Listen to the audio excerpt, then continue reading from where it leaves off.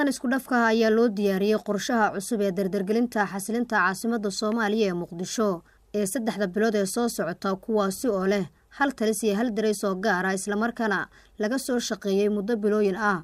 Ra'iisul Wasaaraha Xukuumadda Federaalka Soomaaliya Mudane Xasan Cali Khayre oo weheliyaan gudoomiyaha gobolka Banaadir ahna duqa magaalada Muqdisho wasiir ku-xigeenka amniga iyo qaar ka mid ah taliyaasha ciidanka qalabka sida ayaa booqasho ugu tagay ciidankaas oo u diyaarsanaa inay gutaan waajibaadkooda si caasimadda ummadda Soomaaliyeed ay u noqoto magaalo tusaale wanaagsan oo ah caalamka xagga amniga isla markaana ay u ciribtir lahaayeen maleeshiyaadka argagixisada Al-Shabaab ee doonaya inay dhibaateeyaan shacabka Soomaaliyeed.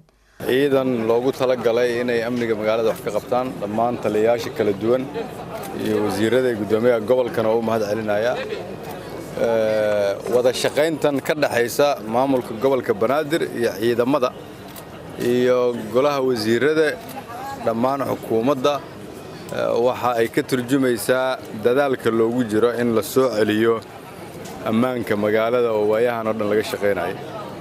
waxaan rajaynaynaa in dhammaan shacabka Soomaaliyeed meel walba ay joogaan ay la shaqeyn doonaan ciidamadana waxaan ka codsanaynaa inay aad u ilaaliyaan shacabka ay amnigooda ka shaqeynayaan. Taliyaha ciidanka asluubta Soomaaliyeed Sareeyo Guud Bashiir Axmed Jaamac ayaa ra'iisul wasaaraha warbixin ka siiyay ciidamadan iyo qaabka ay u howlgali doonaan.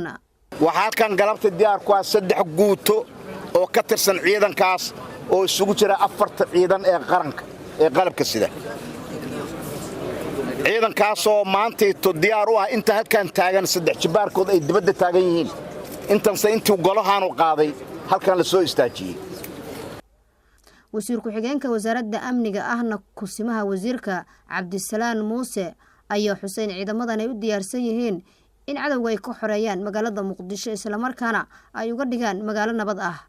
ciidankan waxay diyaar u yihiin awaamirta inay qaataan, waxay diyaar u yihiin in shacabkooda ay la shaqeeyaan, waxay diyaar u yihiin inay cirib tiraan nimanka burcadiimeedka ah oo shacabka Soomaaliyeed gumaada. Injineer Cabdiraxmaan Cumar Cismaan Yariiso gudoomiyaha gobolka Banaadir ahna duqa magaalada Muqdisho ayaa sheegay in maamulka gobolka Banaadir ay la shaqeyn doonaan ciidanka xasilinta Muqdisho. ciidankan waa geesiyaal runtii diyaar u ah inay xasiliyaan caasimadda isla markaana ay ka hortagaan nabadiidka u diidan shacabka Soomaaliyeed inay horumar gaaraan, dawladnimo gaaraan, lana tartamaan dalalka kale adduunka. Ra'iisul Wasaaraha Xukuumadda Federaalka Soomaaliya Mudane Xasan Cali Khayre ayaa tilmaamay in ciidamadan qorshaha loo sameeyay tahay mas'uuliyadda amniga Muqdisho ay saaran tahay dhammaan ciidamada qalabka sida ay ka kooban yihiin isagoo kula dardaarmay inay yihiin kuwa shacabka Soomaaliyeed ay ka sugayaan inay u rumeeyaan rajada horumarka. waxaa muhiim horta in magaaladu ay tiraahdo waxa yimid ciidan na daryeela na ixtiraama.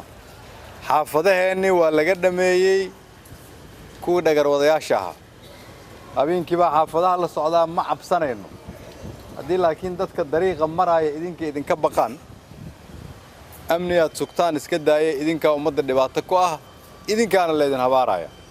waxaa leedinka rabaa inaad isla xisaabtantaan idinkana leedinla xisaabtan. dadka Soomaaliyeed way dhibaatoobeen